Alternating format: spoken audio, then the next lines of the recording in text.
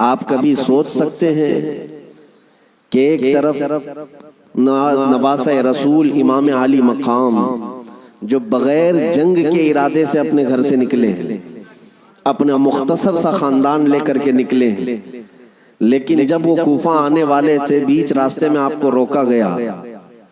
آپ کے قافلے میں آنے والوں کی تعداد مختلف بتائی گئی ہے روایات میں. مسعودی کی روایت میں 135 لوگ تھے امام حسین کے ساتھ، اور دیگر روایات کے مطابق 82 لوگ تھے، 82 لوگ، عورتیں مرد سب ملا کر. شہید ہونے والوں کی تعداد 72 ہے. لیکن 72 ہو کہ 82 ہو کہ 135 ہو، ان کا راستہ روکنے کے لیے پہلے 1000 کا لشکر آیا، پھر اس کے بعد 4000 کا لشکر آیا، پھر اس کے بعد کل ملا کر 22000 کا لشکر آیا. یہ کون سا کمپیر کر کے تو دیکھیں، ایک آدمی کو روکنے کے لیے 2 ہوتے، 3 ہوتے، 4 ہوتے. 80 لوگوں کو روکنے کے لیے اگر 22000 لوگ لگتے ہیں تو عقل آج بھی تسلیم نہیں کر پاتی. نوجوانوں تصور کرو، کیا آپ کے زمانے میں بھی، ہم تو 1400 سال پہلے کی طاقت نہیں رکھتے، کمزور ہو گئے، آپ کے زمانے میں بھی آپ سے اگر کہا جائے کیا 80 لوگوں کو روکنے کے لیے کتنے لوگوں کی ضرورت پیش آئے گی؟ آپ کہیں گے زیادہ سے زیادہ 800 لوگ، اور بھی اگر آپ کے اندر شدت ہے تو بولیں گے 8000 لوگ. لیکن یہ 22000 کی تعداد سمجھ میں نہیں آتی. یہ آپ کو آج بھی سمجھنے کی ضرورت ہے کہ دشمن کے اور باطل کے خیمے میں اہل حق کا رعب کتنا ہوتا ہے، اہل حق کا خوف کتنا ہوتا ہے. 1400 سال سے یہی نیم چلا رہا ہے، یہی دستور چلا رہا ہے. حق جماعت تھوڑی ہوتی ہے اور کفر کی طاقت بہت زیادہ ہوتی ہے، لیکن پھر بھی اہل حق کے دل میں خوف نہیں ہوتا کہ ہم 80 ہیں، بلکہ خوف انہی 22000 کے دل میں ہی ہوتا ہے. آج بھی ہم دیکھ رہے ہیں الحمدللہ ہماری تعداد کم ہے، ہمیں آج مائنورٹی کہا جاتا ہے، ہمیں آج مائنورٹی کہا جاتا ہے. ہمارا حال تو یہ ہے کہ ہمارے پاس کچھ بھی نہیں، اسلحہ نہیں، بم بارود نہیں، طاقت نہیں. ہمارے تو نوجوان ڈپارٹمنٹ میں بھی نہیں، عہدوں پر بھی نہیں. ارے ہمارا حال تو یہ ہے کہ ہم حکومت کے تخت تک بھی نہیں پہنچ پاتے. ہمارا حال تو یہ ہے کہ سیاست میں ہماری کوئی نمائندگی نہیں، اور جو کچھ پہنچ بھی گئے بیچارے وہ کسی اور کی جھولی میں گر گئے. ہمارے پاس کیا ہے؟ مذہب و ملت میرے مصطفیٰ کے ناموس کی نمائندگی کرنے والا کون ہے؟ اکا دکا ہو سکتا ہے، لیکن یہی مائنورٹی ہو، اقلیت کی تعداد ہی ہے. ہمارے پاس کچھ بھی نہیں ہے. پھر میں پوچھتا ہوں یہ ٹی وی میں 24 گھنٹے صرف مسلمان ہی کیوں نظر آتے ہیں؟ میڈیا ان کا ہاٹ ایشو اگر آج کے زمانے کا ہے، کچھ بھی ہو، مسجد ہوگا، برقع ہوگا، داڑھی ہوگی، ٹوپی ہوگی، ہم ان سے پوچھتے ہیں میاں یہ تو بہت تھوڑے سے ہیں ہندوستان میں. ان کی حیثیت یہ ہے کہ پڑھے لکھے بھی زیادہ نہیں ہیں، عہدوں پر بھی زیادہ نہیں ہیں، سیاست میں بھی نہیں ہیں، لیکن پھر ٹیلی ویژن میں کیوں زیادہ ہیں؟ ٹی وی میں، نیوز میں یہ زیادہ کیوں ہیں؟ تو جانکار لوگوں کی طرف سے جواب آتا ہے کہ ساری دنیا آج تک وہ کربلا کا واقعہ بھول نہیں پائی ہے. کربلا کا واقعہ بھول نہیں پائی اس لیے کہ آج بھی ان کو ایسا لگتا ہے کہ اگر ایک بھی غلام حسین کھڑا ہو گیا تو پھر چاہے مقابل میں کروڑوں ہی کیوں نہ ہو، خطرہ اسی ایک سے ہی نظر آتا ہے. میرے عزیزو ایک بات یاد رکھنا، ہم مومن ہیں اور ہمارے لیے موت کوئی حادثہ نہیں ہے. ہمارے لیے موت حادثہ نہیں بلکہ امام حسین نے ہمیں یہ سبق دیا ہے، موت ہمارے لیے شہادت ہے. اگر حق کی راہ میں کٹ گئے، مر گئے تو یہ ذلت نہیں، عیب نہیں، بلکہ رہتی دنیا تک مولا تمہارے نام کا یہ اعلان فرماتا ہے کہ اسے اب کوئی مردہ نہ کہے. جو اللہ کی راہ میں مر گیا اب اسے مردہ بھی کہنے کو منع کر دیا گیا. اس لیے یہ تصور ہمارے پاس ہے الحمدللہ. اور ایک بات اور بھی میں آپ کو بتا دوں، دنیا کو اگر آج کسی بات کا سب سے زیادہ خوف ہے تو کیا ہے؟ اقبال نے کہا تھا، انگریز ہمیں ہزار توڑنے کی کوشش کرتے رہے، مارنے کی، کاٹنے کی، جلا وطن کرنے کی، حکومتیں چھیننے کی، لیکن اخیر میں تنگ آ کر کے کیا کہتے ہیں جانتے ہو؟ انگریزوں کی زبان سے نکلے ہوئے الفاظ کی ترجمانی اقبال کرتا ہے، یوں کہتا ہے شاعر مشرق، یہ فاقہ کش موت سے ڈرتا نہیں ذرا۔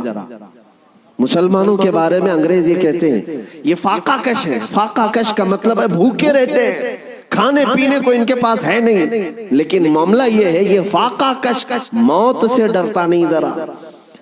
ہاں، موت سے ڈرتا نہیں ذرا، روح محمدی اس کے بدن سے نکالتا۔ وہ انگریزی کہتے ہیں کہ روح محمدی نکالو اس کے بدن سے، ان کے کپڑے چھین لو، ان کی جائیدادیں کرک کر لو، ان کے بچے مار دو، ان کی حکومتیں چھین لو، کچھ نہیں ہونا ہے ان کے ساتھ جب تک ان کے سینوں میں عشق محمدی ہے، یہ پھر جمع ہوتے رہے۔ دنیا اس نقطے کو سمجھتی ہے میرے عزیزوں، اس لیے ہمارا وناش کرنے کی جو بات کرتے ہیں، یہ ان کی جب باتیں سنتا ہوں تو ہنسی بھی آتی ہے، مذاق بھی۔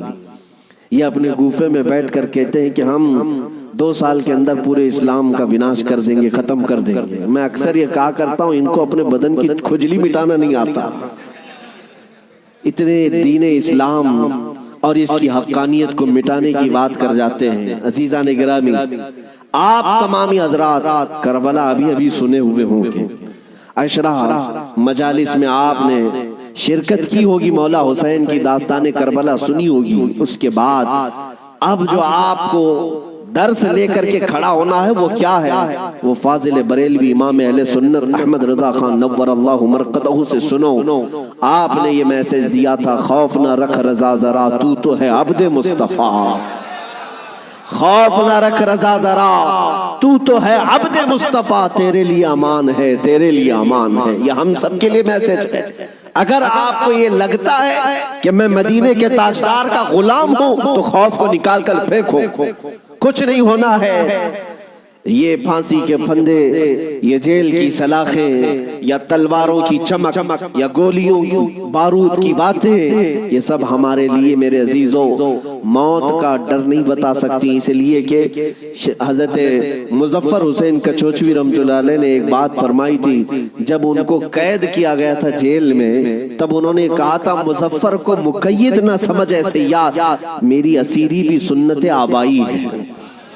ہمارا قید ہونا بھی ہمارے آبا و اجداد کی سنت ہے۔ اس لیے میں جس جگہ جاتا ہوں نوجوانوں سے ایک ہی بات کا خطاب کرتا ہوں کہ اپنے سینوں سے خوف نکالو، ڈر نکالو، اور اس بات کا یقین تم سے زیادہ کس کو ہے کہ ہمارا رازق اللہ ہے؟ اس سے زیادہ کون اس دنیا میں یقین رکھتا ہے؟ آپ ہیں، مومن ہیں، اللہ کی ذات پر یقین ہے آپ کو۔ ہمارے دانے دانے کا رازق اللہ ہے، اور ہماری ہر سانس کا مالک اللہ ہے۔ جب تک میرا مولا نہ چاہے یہ پوری طاقتیں مل کر کے میرا بال بھی نہیں نوچ سکیں گی، اور جب رب تعالیٰ کو منظور ہو تو ہم چونٹی سے بھی ہلاک ہو سکتے ہیں۔ یہ قدرت کے فیصلے ہیں۔ میں آپ کو بتاتا ہوں، سیدنا غوث اعظم عبد القادر جیلانی رضی اللہ تعالیٰ عنہ منبر پر خطبہ دے رہے تھے، بڑا مجمع، 70,000 کا مجمع، منبر پر جب خطبہ دے رہے تھے، عین خطبے کے دوران چھت پر سے ایک نہایت ہی کالے قسم کا سانپ نمودار ہوا، جس کی ہیبت ایسی تھی کہ مجمع میں سے لوگ ادھر سے ادھر ہونے لگ گئے۔ اس سانپ کی دہشت سے لوگ گھبرا گئے، لیکن وہ سانپ چھت سے اوپر سے آتے آتے سیدھے سرکار غوث پاک کے کندھے پر آ گیا۔ غوث پاک کے کندھے پر آ گئے، نہایت ہی کالے قسم کا زہریلا سانپ، جس کو دیکھ کر مجمع منتشر ہو رہا۔ غوث پاک خطبے میں مصروف ہیں، اور اس کے بعد وہ سانپ آپ کے گردن سے آپ کے جبے میں داخل ہوا، آستین میں گیا، سینے پر آیا، دوسرے آستین میں گیا، گردن میں آیا۔ اس کے بعد تھوڑی دیر کے بعد وہ واپس ادھر ہی گیا۔ غوث پاک کے ایک جملے میں بھی لغزش نہیں ہے، خطبہ جس طرح چل رہا تھا اسی طرح چلتا رہا۔ اور اس کے بعد اس سانپ نے فصیح عربی میں آپ سے کلام کیا، کہا ہے عبد القادر، میں آزمائش کے لیے آیا تھا، اس سے پہلے میں نے کئی لوگوں کو آزمایا، ان کے یا تو زبان میں لکنت آ گئی، یا تو پیر ہل گئے، یا تو پھر اپنا بیان چھوڑ دیا، لیکن تمہارا حال تو یہ ہے کہ ایسا لگتا تھا کہ تمہارے جسم پر کوئی چیز آئی نہیں۔ غوث پاک رضی اللہ تعالیٰ عنہ مسکرائے، خطبہ جاری رکھا۔ لوگوں نے پوچھا غوث پاک سے کہ یہ کیا تھا، اتنا بھیانک سانپ آپ کے جسم پر آیا، آپ کے جسم پر کوئی جنبش بھی نہیں، لغزش بھی نہیں۔ سرکار غوث پاک رضی اللہ تعالیٰ عنہ مخاطب ہوتے ہوئے ارشاد فرماتے ہیں، میرا نام عبد القادر ہے، میں قادر کا بندہ ہوں۔ کس کا بندہ؟ قادر کا بندہ، قدرت پر یقین رکھتا ہوں۔ مجھے اس بات پر یقین تھا کہ اگر میری موت آنی ہے تو اس سانپ کے ذریعے سے آ جائے گی، میرے ہلنے سے بچنے سے میں بچ نہیں سکوں گا، اور اگر میری موت نہ آنا ہو تو اس طرح کے سینکڑوں سانپ بھی میرے جسم کا کچھ نہیں کر سکتے۔ موت و حیات کی قدرت صرف میرے رب ذوالجلال کے پاس ہے۔ میں اسی یقین کے ساتھ خطبے میں مصروف رہا، وہ تو امتحان تھا، ٹل گیا۔ عزیزان گرامی وقار، اس بات کا میں آج آپ کو اعلان کرنا چاہتا ہوں، اگر آپ قادری سلسلے سے بیعت ہیں تو غوث پاک کی اس استقامت پر قربان جاؤ۔ آج اس طرح کے زہریلے سانپ اگر تمہارے ارد گرد آ بھی جائیں، تمہیں اس بات کا یقین رکھنا ہے، موت و حیات کا مالک میرا پروردگار ہے، موت و حیات کی قدرت میرے رب ذوالجلال کے پاس ہے۔ اور یہ یقین میں آپ سے کہتا ہوں کہ غوث پاک کے مقام تک تو نہیں پہنچ سکتے، لیکن واقعہ عرض کرنے کا مقصد یہ ہے کہ ہم قادری غلام ہیں، قادری کتے ہیں۔ ان کی نسبت سے اگر ہمارے سینے میں تھوڑا بہت بھی اگر شجاعت کا جذبہ آ جائے تو میں سمجھتا ہوں کہ میرے عزیزو آج اس روئے زمین کا منظر ہی بدل جائے گا۔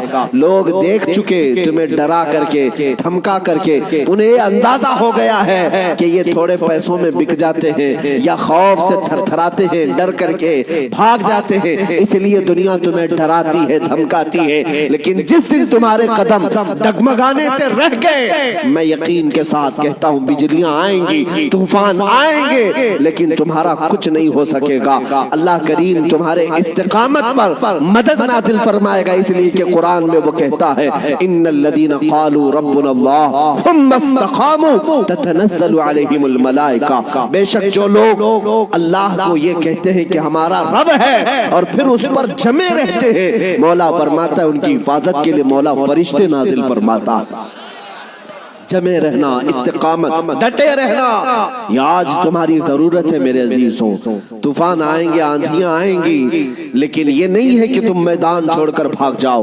دیکھو موت تو آنی ہے، کسی ہاسپٹل کے بیڈ پر آئے گی یا گھر کی چٹائی پر آئے گی، کہیں نہ کہیں آنا ہے، یا کسی حادثے میں یا کسی بیماری میں۔ لیکن اگر قسمت سے موت اس حال میں آئے کہ میں میرے نبی کا پرچم بلند کر رہا ہوں، نبی پاک کی عزت کی بات کر رہا ہوں، اور اگر اس حال میں موت آئے تو اس موت کا کیا کہنا؟ میرے عزیزوں، بزرگوں نے فرمایا جو ناموس رسالت پر مر جاتا ہے، روح نکلنے سے پہلے وہ اپنے سرانے پر مصطفیٰ کریم کا دیدار بھی کرتا ہے، نبی پاک صلی اللہ تعالیٰ علیہ وسلم کا دیدار کرے گا۔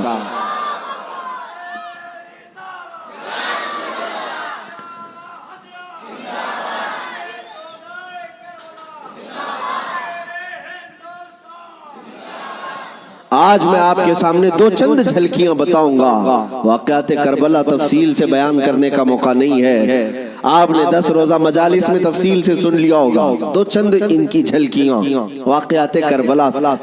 اور ایک بات میں بتا دوں، کربلا کے واقعات ماتم کرنے کے لیے نہیں سنائے جاتے، ہاں صرف اور صرف واویلا مچھانے کے لیے نہیں، غم اپنی جگہ پر۔ میرے عزیزوں، ہم سے زیادہ غم کون کرے گا؟ مولا حسین کا، اس لیے کہ ہم اہل سنت و جماعت ہیں، ہم سردار نوجوانان جنت کے سردار سیدنا امام علی مقام کی شہادت کا کیا غم نہیں کرتے؟ غم ضرور کرتے ہیں، لیکن آج واقعات کربلا کو سننے والے اور بولنے والے دونوں کے لیے میں آج ایک بات بتا دوں، صرف اور صرف رونے دھونے کے لیے واقعات نہیں بیان کیے جاتے، بلکہ ہر بزدل کو جوان شیر بنانے کے لیے واقعات کربلا سنائے جاتے۔ بلکہ میں تو کہتا ہوں اگر بیان کرنے کا انداز میں تو مقرر نہیں ہوں، میں خطیب نہیں ہوں، میرے پاس کوئی انداز بھی نہیں ہے، میں تو اپنی گفتگو کرنے کا عادی ہوں، لیکن اگر سچا غلام حسین کوئی منبر سے بیان کرے، دیکھنا قسم رب ذوالجلال کی 80 سال کا بوڑھا بھی تمہیں 25 سال کا جوان نظر آنے لگ جائے، اس کا جذبہ جوان نظر آئے گا۔ مولا حسین کے واقعات سننے کے بعد میں آپ کو بتاتا ہوں، سیدنا امام علی مقام مکہ سے نکل کر کے کوفہ جا رہے تھے، بہتوں نے منع کیا آپ کو، لیکن آپ کے سامنے کوفہ کے خطوط موجود تھے، اتمام حجت کے لیے آپ تشریف لے جا رہے تھے۔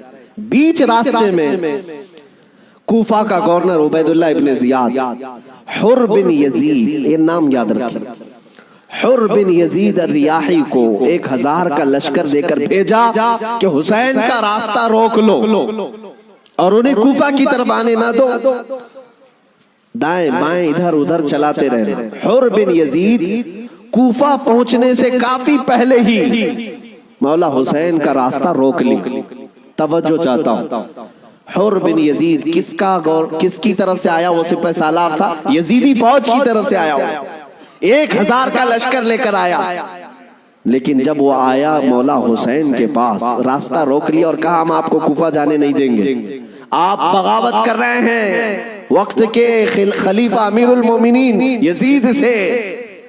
ان کے زوم باطل میں یہی تھا، اور اس کے بعد وہ راستہ روکے اتنی دور تک چلتا رہا، کبھی دائیں کبھی بائیں۔ امام حسین ایک جگہ پر جب پڑاؤ کرتے ہیں، ظہر کا وقت ہے، اذان ہوئی، نماز کے لیے جماعت قائم ہو رہی ہے، امام حسین نے اس حر بن یزید سے پوچھا جو 1000 لشکر کا سپہ سالار تھا، کہا ہم نماز پڑھنے جا رہے ہیں، ہم اپنی نماز پڑھ لیں، کیا تمہاری جماعت الگ ہوگی ہماری جماعت الگ ہوگی؟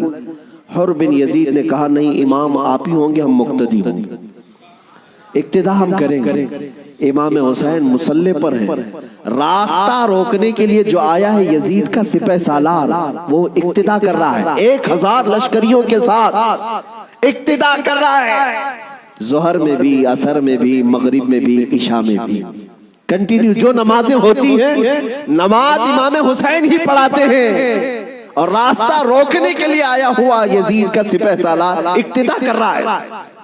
میں علماء سے کہتا ہوں میرے عزیزو، بڑا عظیم نکتہ ہے، اگر حسین کے سچے وفادار ہو تو آج بھی ہزاروں یزیدی تمہاری بھی اقتداء کرنے کو تیار کرتے ہیں، مجبور ہیں۔ اگر سچے حسینی بن جاؤ تو اقتداء تو ہوگی، لیکن جو بات مجھے عرض کرنی ہے وہ یہ، راستہ روکا اور اس کے بعد پھر پیغام آیا کہ امام حسین کو کوفہ کی طرف آنے مت دینا، کسی اور راستے کی طرف لے جاؤ، کسی اور راستے کی طرف وہ زبردستی لے گیا۔ پھر وہ میدان آیا جس کو کربلا کہا جاتا ہے، امام حسین وہاں اتر گئے اور ایسی جگہ پر آپ کو اتارا گیا جہاں پانی نہ ملے، دریا کے اوپر سارے یزیدی فوج کا قبضہ۔ اب سنیے، محرم کا مہینہ ہے، 7ویں آ گئی، 8ویں آ گئی، اس کے بعد یہ صلح مصالحت کی بھی باتیں چلتی رہی۔ امام حسین نے پیغام بھیجا تھا عبید اللہ ابن زیاد کو، 3 آپشن دیے تھے، کوئی قبول کر لو، لیکن وہ ظالم آپ کے خون کے در پہ تھے، مانے نہیں، 4000 کا لشکر دے کر بھیجا، پھر اس کے بعد تقریباً 15000 کا لشکر دے کر بھیجے، 15000 یا 16000 کا لشکر دے کر دوبارہ بھیجے۔ اب یہ 9ویں محرم آئی ہے، توجہ چاہتا ہوں، 22000 کا لشکر، امام حسین نے خطبہ دیا کہ میں تمہارے پاس جنگ کرنے کی نیت سے نہیں آیا، تم میری عظمت نہیں جانتے، میں فاطمہ زہرا کا بیٹا ہوں، حیدر کرار کا نور نظر ہوں، رسول اللہ کا نواسا ہوں، میرے خون سے اپنے ہاتھ رنگین نہ کرو، ان پر کوئی بات اثر نہ کرے۔ اس کے بعد حر بن یزید جو 1000 کا لشکر لے کر سب سے پہلے راستہ روکنے آیا تھا، وہ یزیدیوں کے پاس آیا اور کہا ان کی ایک بات تو مان لو، وہ جنگ کرنے نہیں آئے، اگر وہ صلح چاہتے ہیں تو ختم کر دیتے معاملہ۔ لیکن یزیدی فوج کے جو بڑے سپہ سالار تھے، عمرو بن سعد یا شمر، ان لوگوں نے کہا اے حر، تجھے مصالحت کرنے کے لیے نہیں بھیجا گیا ہے، تجھے فوجی بنا کر بھیجا گیا ہے، لڑنا ہے تو ہمارے ساتھ لڑو ورنہ یہاں سے دفع ہو جاؤ۔ جب یزیدی فوج کے بڑے سپہ سالاروں نے حر بن یزید کی بات نہیں مانی تو سنو، پورے مجمع میں وہی حر جو یزید کا سپہ سالار تھا اعلان کرتا ہے تمہاری سپہ سالاری تمہیں مبارک ہو، میں حسین کے خیمے میں جاتا ہوں۔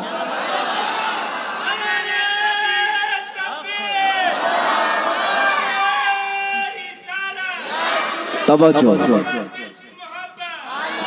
حر بن یزید نے کہا مجھے اب نظر آ رہا ہے کہ حق اور حقانیت حسین کے خیمے کی طرف ہے، مجھے جانے دو۔ ان لوگوں نے کہا تم جا سکتے ہو۔ حر بن یزید کو پتا تھا حسین کے ساتھ جانے کا کیا انجام ہو سکتا ہے۔ 22,000 کا لشکر جرار ہے اور ادھر صرف 80-82 لوگ ہیں۔ ایسے وقت میں ایک چھوٹی جماعت کا ساتھ کون دے سکتا ہے جہاں بھاری بھرکم لشکر سامنے موجود ہو؟ میرے عزیزوں، ایک چھوٹی جماعت کا ساتھ صرف وہی دے سکتا ہے جس کے سینے کو مولا ہدایت کے لیے کھول دیتا ہے۔ میں نے دیکھا ہے مصیبتوں کے وقت کون ہمارے ساتھ کھڑا ہوتا ہے۔ لوگوں کی نظروں میں بہت بڑی بڑی حکومتیں ہوتی ہیں، ارے بہت سارے لوگ تو ڈر جاتے ہیں ان کے ساتھ کھڑے ہو جائیں، فوٹو میں آ جائیں گے تو کل کیس ہمارے اوپر بھی ہو جائے گا۔ میرے عزیزوں، میں اپنی بات نہیں کرتا، لیکن ایک بات ضرور ہے، حق جماعت اگر اقلیت میں بھی کیوں نہ ہو، اللہ کی مدد آج یا کل اسی کے ساتھ ہوگی۔ اگرچہ آج وہ مظلوم نظر آئے لیکن اللہ تعالیٰ غالب فرمائے گا۔ حسین اعظم کے پاس حر بن یزید آ گئے۔ جس بات کی طرف میں تمہیں لے جا رہا ہوں اس کے لیے اتنا لمبا واقعہ بیان کرنا پڑا۔ جو اصل لب لباب ہے، جو خلاصہ ہے اس واقعے کا، وہ ابھی عنقریب بیان کرتا ہوں۔ نوجوانوں توجہ سے سنو، توجہ۔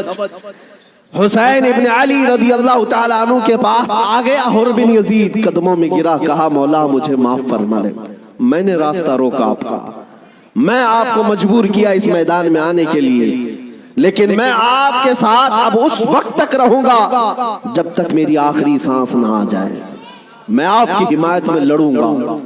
امام حسین نے اس سے کہا حر کہ میں نے تجھے معاف کر دیا، لیکن جا تو اپنے بیوی بچوں کے ساتھ، میری اس چھوٹی جماعت کے ساتھ رہے گا تو جان کا خطرہ ہے۔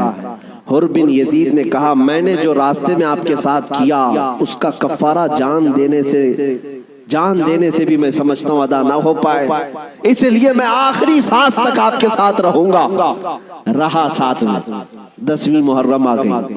اب جو بیان کرنا ہے توجہ سے، جانتے ہیں صبح نکارہ بجا، طبل بجے، ادھر جنگ کی ابتدا ہوئی۔ یزیدیوں کی طرف سے عمرو بن سعد نے پہلا تیر چلایا اور اعلان کیا کہ ہم حسین ابن علی کے ساتھ جنگ شروع کر چکے ہیں۔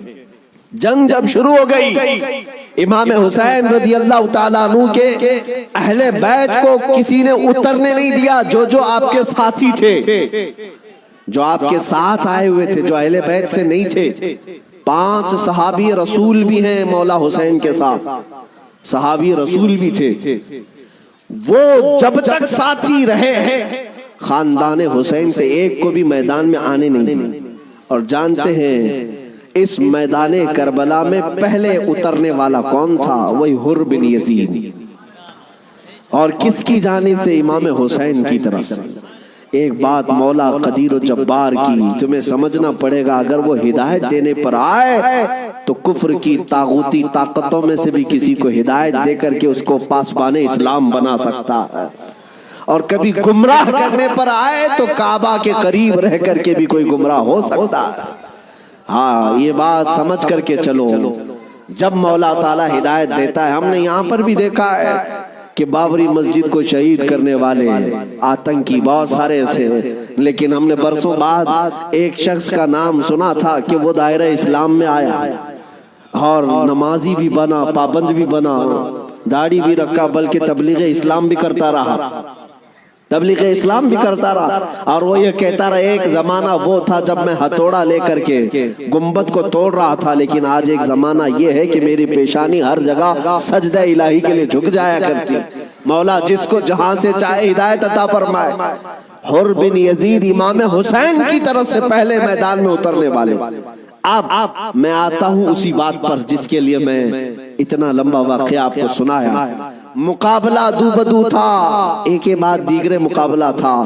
حر بن یزید جب گھوڑے پر سوار ہو کر مقابلے کے لیے آیا تو یزیدیوں کی طرف سے پہلوان آتے رہے، سپاہی آتے رہے، مقابلہ کرتے رہے. یہ تنہا حر بن یزید کا مقابلہ صبح سے لے کر کے دوپہر تک چلتا رہا. باقی بہت سارے مقابلے ہوئے، تھوڑی تھوڑی دیر کے بعد سب جام شہادت نوش کرتے رہے، یہ زوال کے بعد.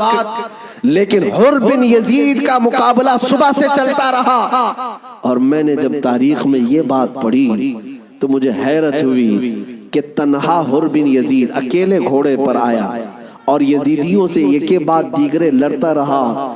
گھنٹوں کے مقابلے کے بعد جن لوگوں کو حر بن یزید نے مارا تھا ان کی لاشیں گنی گئی تو 120 لاشیں پڑی ہوئی تھی.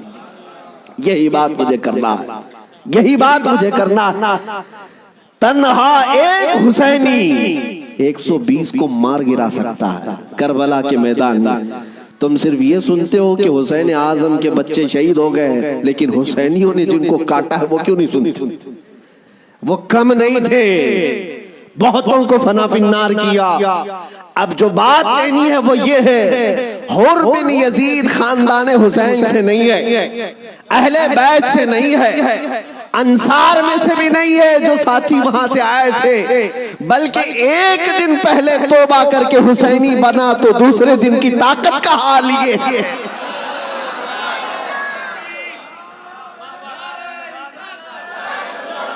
اب بات سمجھ میں آ گئی، بات سمجھ میں آ گئی.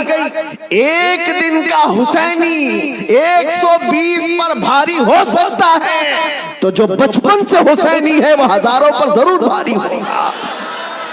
کیوں نہ بھاری ہوگا؟ اعلیٰ حضرت فاضل بریلوی رضی اللہ تعالیٰ عنہ نسبت قادریت پر فخر کرتے ہوئے کہتے ہیں، کیا دبے جس پہ حمایت کا ہو پنجہ تیرا، شیر کو خطرے میں لاتا نہیں کتا تیرا. عزیزان گرامی، نسبت قادریت پر جب اتنا فخر ہے تو نسبت حسینی پر کتنا فخر ہو. مولا حسین کی نسبت نے اچھے اچھوں کو جوان کر دیا. اور ان کے سگے بھتیجے امام قاسم نے، جانتے ہو عمر کیا تھی امام قاسم کی؟ یہاں بیٹھے ہوئے اکثر لوگ عمر میں بڑے ہوں گے بہت سارے، 19 سال کی جوانی تھی. 19 سال کی جوانی. تاریخ نگاروں نے لکھا ہے امام قاسم جب گھوڑے پر بیٹھ کر کے آئے تھے تو یزیدی خیمے میں ایسی کھلبلی مچی. لوگ یہ کہتے تھے کہ قاسم بن حسن، امام حسن کے بڑے بیٹے امام قاسم، میں نے یہ بھی روایت پڑھی، امام قاسم جب گھوڑے پر صرف پہلو بدلتے تھے، پہلو بدلنے، گھوڑے پر ادھر سے ادھر اس طرح پہلو بدلنا، تو یزیدی خیمے کے لوگ کہتے ہیں جب قاسم بن حسن گھوڑے پر پہلو بدلتے تھے تو ایسا لگتا تھا کہ بجلی چمک رہی ہے، بجلی چمک رہی ہے. یہ خوف سینوں میں ہزاروں کے ہونے کے باوجود کس نے طاری کیا؟ میرے عزیزو، وہ رب ذوالجلال ہے، غالب حکمت والا، جس نے قرآن میں فرمایا وَلَا تَهِنُوا وَلَا تَحْزَنُوا وَأَنْتُمُ الْأَعْلَوْنَ إِن كُنتُم مُؤْمِنِينَ. تم گھبراؤ مت، پریشان مت ہو. مولا فرماتا تم ہی غالب رہو گے اگر تم سچے ایمان والے ہو، اگر تم میرے مصطفیٰ کریم صلی اللہ علیہ وسلم کے سچے غلام ہو. لوگ تو صرف کربلا کے میدان میں یہ دیکھتے ہیں کہ امام حسین کی شہادت ہو گئی، علی اصغر کی شہادت ہو گئی، علی اکبر کی شہادت ہو گئی، عباس علمبردار کی شہادت ہو گئی. یہ شہادتیں اپنی جگہ پر، لیکن اگر کمپیریزن میں میں بتاؤں، میں اگر بتاؤں کس نے کتنوں کو مارا تھا، کس نے کتنوں کو زخمی کیا تھا، تو پھر تمہیں پتہ چلے گا کہ وہ کٹ کر کے بھی فتح یاب تھے، وہ شہید ہو کر کے بھی فتح یاب تھے. اس لیے کہ یزیدیوں کے پاس بولنے کے لیے منہ نہیں ہے. اگر کسی یزیدی کو پوچھے کہ تم کس کے ساتھ لڑنے کے لیے گئے تھے تو یہ کہیں گے 80 لوگوں کے ساتھ. کتنے لوگوں کے ساز و سامان کے ساتھ گئے تھے؟ کہیں گے 22,000 کے ساتھ. تو دنیا آج بھی ہنسے گی. 80 لوگوں سے لڑنے کے لیے 22,000 گئے تھے. کیا کیا لے کر گئے تھے؟ ہاتھی بھی تھے، گھوڑے بھی تھے، نیزے بھی تھے، تلواریں بھی تھی، بھالے بھی تھے، سب تھا. پھر اگر تم سے پوچھا جائے ساز و سامان کے ساتھ سہولتیں کیا تھی، یزیدی کہیں گے پورا پانی ہماری طرف تھا، دریائے فرات بھی ہماری طرف تھا، کھانا بھی ہماری طرف، پانی بھی ہماری طرف۔ پھر دنیا پوچھے گی ادھر کے خیمے میں حسین کتنی تیاری کے ساتھ آئے تھے، تو تمہیں منہ جھکا کر کہنا پڑے گا ان کے پاس صحیح قسم کے نیزے اور تلواریں بھی نہیں تھی، اور گھوڑے اور ہاتھی اور اونٹ بھی نہیں تھے، ان کے پاس تو 3 دن کی بھوک بھی تھی، پیاس بھی، اور اس کے علاوہ ان نوجوانوں کے پاس بھوک و پیاس کی شدت کے ساتھ ساتھ ساز و سامان جنگ بھی نہیں تھا۔ تب دنیا آج بھی کہے گی بھلا اس کو جنگ کہتے ہیں، بھلا اس کو مقابلہ کہتے ہیں۔ وہ حسینی اگر تمہارے ساتھ مقابلہ نہ بھی کرتے تب بھی قیامت تک حسین کی فتح کا پرچم لہرا رہا ہوتا، لیکن آج دنیا یہ دیکھ کر کے بھی کہتی ہے، چلو تخت و تاج کے مالک ہونے کو اگر آج دنیا یہ کہتی ہے، طاقت والے فتح یاب ہیں، حکومت والے فتح یاب ہیں، تخت والے فتح یاب ہیں، توجہ سے یہ بات میں آج ذمہ داری کے ساتھ کہہ رہا ہوں، کل کو اگر مجھے کوئی پھانسی پر چڑھائے، کل کو اگر مجھے کوئی گولی مارے، تو یہ بات میری یاد رکھنا میرے عزیزو، ظالموں کی حکومت زیادہ دیر تک نہیں چلتی۔ یزید کا تخت بھی تھا، تاج بھی تھا، حکومت بھی تھی، فوجی بھی تھے، سپاہی بھی تھے، لیکن آج جاؤ اس یزید کے تخت کو ڈھونڈنے کے لیے، محل کو ڈھونڈنے کے لیے۔ دمشق آج بھی موجود ہے، ملک شام آج بھی موجود ہے۔ دمشق اگر جا کر کے لوگوں سے پوچھو گے وہ تخت کہاں ہے جہاں سے حکومت کی جاتی تھی، یہاں سے بیٹھ کر کے کربلا کے ریگزاروں میں خون بہایا جا رہا تھا، یزید کہاں ہے، تخت کہاں ہے؟ وہاں دمشق کے رہنے والے شاید تمہارا ہاتھ پکڑ کر کے لے جائیں گے ایسی جگہ پر جہاں پورے دمشق کا کچرا پھینکا جاتا ہے، جہاں پورے دمشق کی گندگی ڈالی جاتی ہے، اور لوگ کہیں گے یہیں پر یزید کو دفن کیا گیا تھا۔ تم ناک پکڑ کر کے بھاگ آؤ گے، وہاں پر کھڑے نہ ہو سکو گے جہاں یزید کو دفن کیا گیا تھا۔ تاج بھی نہیں، تخت بھی نہیں، فوج بھی نہیں، اور ذریت اولاد بھی نہیں، اور پھر آؤ کربلا کے میدان میں، پھر آؤ عراق کی سرزمین پر، یہاں کسی سے جا کر پوچھنا، سنا ہے 1400 سال پہلے یہاں ایک جنگ ہوئی تھی، کربلا کا میدان تھا، رسول کے نواسے خاندان اہل بیت کے ٹکڑے کر دیے گئے تھے، انہیں جام شہادت نوش کرنا پڑا تھا، وہ میدان کہاں ہے؟ میرے عزیزو، کربلا کا کوئی بھی آدمی تمہارا ہاتھ پکڑ کر لے جائے گا اور کہے گا اے عزیز یہاں وہ میدان نہیں ہے، یہاں کوئی ویرانگی اور صحرا نہیں ہے، آؤ تمہیں لے جاتے ہیں، اور لے جا کر ایسی جگہ کھڑا کرے گا جہاں سے تمہاری نظر اٹھے گی تو سونے سے قلعی کیا ہوا لہراتا ہوا پرچم حسین تمہیں آج بھی اس بات کا اعلان کرے گا، شاہ است حسین، بادشاہ است حسین۔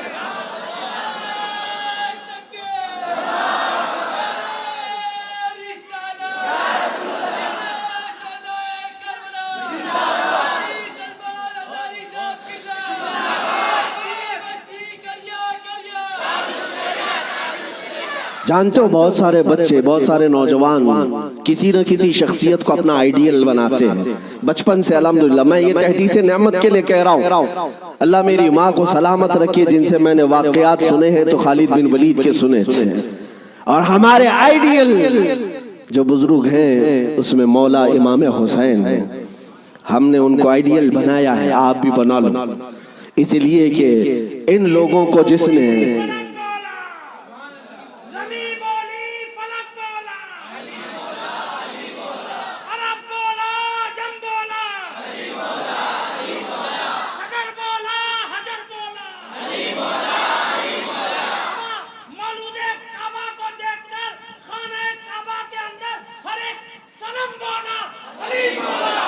علی مولا، عزیزان گرامی وقار، آپ کو یہ بات یاد رکھنی ہوگی کہ جس نے جس کو آئیڈیل بنایا اور نمونہ بنایا ہے اس کے اندر اسی طرح کی عادتیں بھی آتی ہیں، اسی لیے میرے آقا صلی اللہ علیہ وسلم نے ارشاد فرمایا اپنی صحبتیں ڈھونڈ کر کے بناؤ، دوست بھی بناؤ یا کسی کے پیچھے چلو تو پہلے دیکھ لو۔ یہ آج میں بچوں سے کہتا ہوں، تم گلیمر کی دنیا میں جن لوگوں کے پیچھے بھاگتے ہو سمجھتے ہو کہ یہ ایکٹر سٹار ہے، اس کے پیچھے بھاگنا ایک فیشن ہے، بھاگتے رہو گے ایسے گڑھے میں گر جاؤ گے جہاں سے نکلنا ہی مشکل ہے۔ ہم نے دیکھا ہے ان دنیاوی مکاروں اور عیاروں کے پیچھے بھاگنے والے نوجوان کبھی سکھ سے نہ رہ سکے، اور ان کی حیثیت کیا ہے؟ فلموں میں آ کر کے تھرک کر کے ناچ کر کے مجرے دکھا کر کے اگر لوگ یہ سمجھتے ہیں کہ یہ بہت بڑے سٹار ہیں، میرے عزیزو ذرا حسن بکھرنے تو دو، بڑھاپا آنے تو دو، اور جب پھر جھریاں پڑ جائیں، کمر ٹیڑھی ہو جائیں، تو پھر ہم دیکھتے ہیں کتنے فین ہیں تمہارے۔ لیکن مجھے یقین ہے مولا حسین کا غلام 80 سال کا بھی ہو جائے تو اس کے فین کی کمی نہیں ہوتی، اس کے فینز کم نہیں ہوتے۔ اور ہم نے اپنی زندگی میں حضور تاج الشریعہ کو دیکھا۔ میرے عزیزو، دیکھا ہے آپ حضرات نے، حضرت کی عمر تقریباً 70 کے اوپر تھی، 74 سال کی عمر میں، اور بال پورے سفید ہیں، 2 لوگ پکڑ کر کے چلاتے ہیں، لیکن ہم نے دیکھا ہے جس طرف سے گزر جائے لاکھوں صرف ایک جھلک دیکھنے کے لیے بے قرار۔ ان نوجوانوں سے پوچھو، دنیا تو فلم سٹاروں کے پیچھے بھاگتی ہے اور تم 70 سال کے اوپر اس بزرگ کو دیکھنے کے لیے بےتاب ہو، بے قرار ہو۔ اور حد تو یہ ہے میرے عزیزوں، نہ ان کے آنے کا کوئی پرچار، نہ سوشل میڈیا کا زمانہ، نہ فیس بک، واٹس ایپ اور انسٹاگرام میں ہے ان کے آنے کی جانے کی خبریں، نہ ان کے جلسوں کی خبریں، لیکن پھر بھی آپ نے دیکھا کہ پورا زمانہ ٹوٹ پڑتا تھا۔ وہ جب جہاں گئے، یہی کی بات نہیں ہے، میں حضرت کے ساتھ مصر میں بھی دیکھا، اور حج میں نے الحمدللہ پہلا حج حضرت کے ساتھ کیا۔ طواف کے بعد وہ سادے لباس میں اتر کر کے نیچے اپنی کار میں بیٹھنے کے لیے آ رہے ہیں، ویل چیئر پر ہے، لیکن ایسے لوگوں کو میں بھاگتے ہوئے دیکھا جو ہندوستانی بھی نہیں، پاکستانی بھی نہیں، بنگلہ دیشی بھی نہیں، ترکی کی عورتیں اور ترکی کے مرد آپ سے مصافحہ کرنے کے لیے، دیکھنے کے لیے بھاگتے ہوئے پیچھے تک آئے۔ میرے عزیزو، ترکی میں جمال کم نہیں، ترکی میں خوبصورتی کم نہیں، ہر آدمی گورا ہے، ہر آدمی خوبصورت ہے۔ اگر کوئی یہ سمجھتا ہو کہ حضور تاج الشریعہ کو لوگ اس لیے دیکھنے کے لیے آتے تھے کہ نہایت ہی رنگ کے آپ حسین و جمیل تھے، میرے عزیزو ترکیوں کے پاس حسن ہے، شامیوں کے پاس حسن ہے، مصریوں کے پاس حسن ہے، لیکن ان کو بھی ہم بے تاب و بے قرار دیکھا ہے، ہم نے دیکھا ہے۔ اسی وقت ہم نے، میرے پڑھنے کا زمانہ تھا، ان ترکیوں سے میں نے پوچھا تھا، وہ صحیح طریقے سے عربی بھی نہیں جانتے اور صحیح طریقے سے انگلش بھی نہیں جانتے، لیکن ٹوٹی پوٹی جو بھی ان کو عربی آتی، ہم نے پوچھا ان کو جانتے ہو، ان کو جانتے ہو، ان کو ملنے کے لیے تم دوڑے آئے؟ کہا جانتے تو نہیں، فوٹو میں کبھی دیکھا، فوٹو تو ہوتا ہی، کہیں کوئی ویڈیو دیکھا؟ نہیں۔ پھر کیوں؟ کہتے ہم نے طواف میں بیٹھے بیٹھے دیکھا، ان کی طرف ہمارا دل کھینچا جا رہا تھا۔ میرے عزیزو، جو حسین اعظم کا غلام ہو، غوث پاک کا سچا غلام ہو، مولا کریم اس کے چہرے میں یہ کشش رکھتا ہے، چاہے وہ 80 سال کا ہو یا 90 سال کا ہو، وہ دنیا کو اپنی طرف کھینچ لیتا ہے، وہ کھینچ لیتا ہے۔